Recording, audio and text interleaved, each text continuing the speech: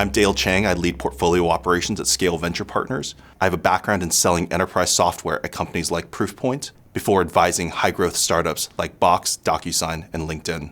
Eventually, you'll exit out of the startup phase and enter into the scaling phase of your business. The biggest thing that's going to change is your distribution engine. You're moving away from the entrepreneurial sales model, and what you're trying to build is a replicable, scalable distribution engine that will allow you to efficiently grow your business. Learning how to effectively scale a distribution engine is the biggest key to success at this stage of your company. There are a lot of things to think about as your company crosses the threshold from a startup into a scaling organization. I'm going to boil it down into three of the things that I think are most important.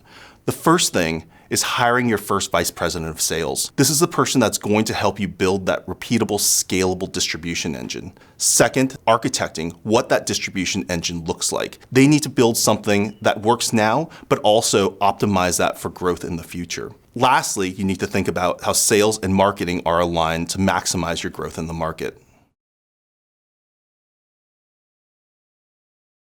Hiring your first VP of sales is a really big step. This person's responsible for building and architecting your scalable go-to-market model. The hard part is actually finding and recruiting the right executive to help you do that. Not only is this person responsible for delivering a quarterly number, but this person also is responsible for building and architecting a scalable go-to-market model and hiring, managing, and motivating a sales force.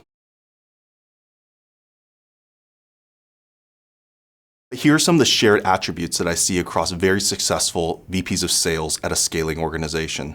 You need to look for someone with a track record of success, both personally and professionally. You need someone who's assigned a goal and has the ability to achieve and overachieve that goal consistently. Look for someone who can deal with ambiguity. In a scaling organization, things are changing all the time. You have new buyers, new products, new competitors entering the market, and your VP of sales needs to be flexible to be able to react to changing environments. Look for people with a natural intellectual curiosity. There's nothing better in a scaling organization than someone that questions and asks why.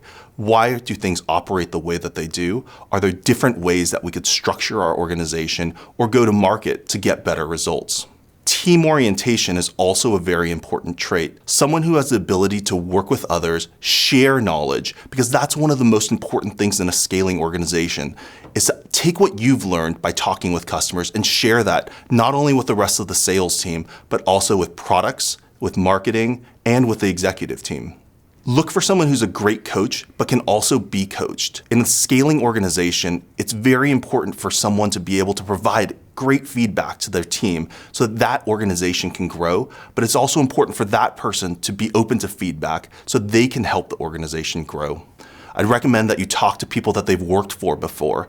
Ask them their opinion on whether or not that candidate was able to actually scale with the organization and design a go-to-market plan. Talk to people that have worked for them.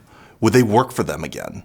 And even talk to their customers. Did the VP of sales candidate actually understand what the process was that that buyer had to go through, or did they feel as though it was purely a transaction?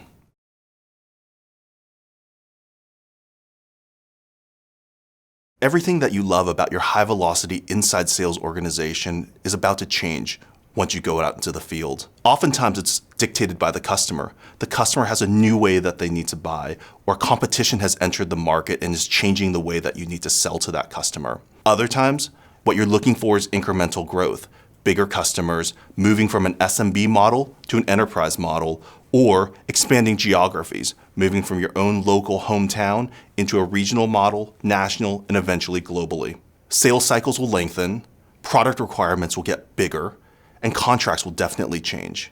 The only thing is that we don't know how these will change. We advise our companies to continue to operate their run rate business over here and earmark resources that help with the new go-to-market model over here. Customers, products, and competition will always be changing, and we advise our companies to make sure that their distribution engines evolve with that.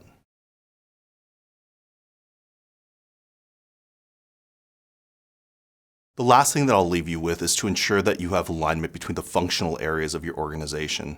All too often, we see organizations fail to reach their full potential because one functional area is misaligned with another functional area. Sales and marketing misalignment is the primary driver of failure to scale. Marketing may be delivering a lot of leads to the sales organization, but sales may not be following up on those leads or may not be communicating back to the marketing organization that they're of any quality to the sales organization.